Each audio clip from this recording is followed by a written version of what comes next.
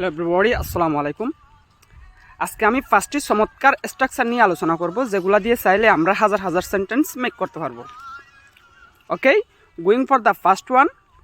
যেটা শিখবো সেটা হচ্ছে গুড টু। কোনো কিছু করা ভালো, ইটস গুড টু।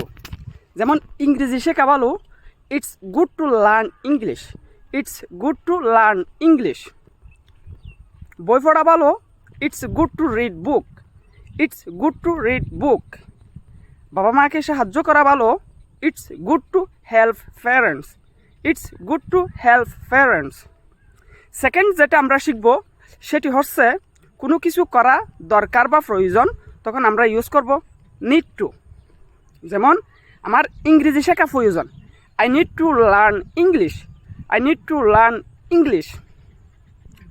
আমার বিদেশে যাওয়া প্রয়োজন, I need to go abroad. I need to go abroad. আমার টাকা কামানো প্রয়োজন, I need to earn money. I need to earn money. Okay, going for the third one যেটা আমরা শিখবো সেটি হচ্ছে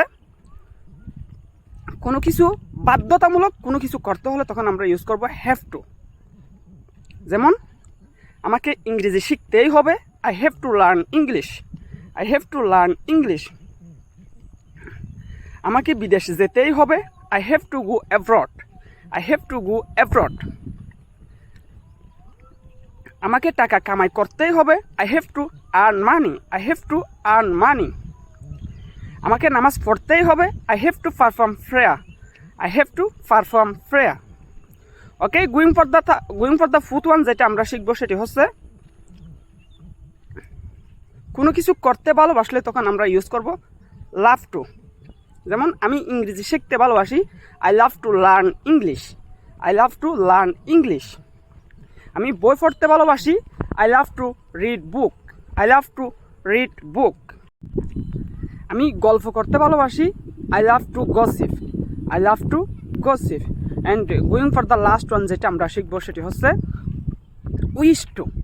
কোনো কিছু করতে ইচ্ছে করলে তখন আমরা ইউজ করব উইশ টু। যেমন আমার ইংরেজি শিখতে ইচ্ছে করছে, I wish to learn English. I wish to learn English. আমার আমেরিকা যেতে ইচ্ছে করছে, I wish to go to America. I wish to go to America. আমার প্রচুর টাকা কামাতে ইচ্ছে করছে, I wish to earn A lot of money. I wish to earn A lot of money.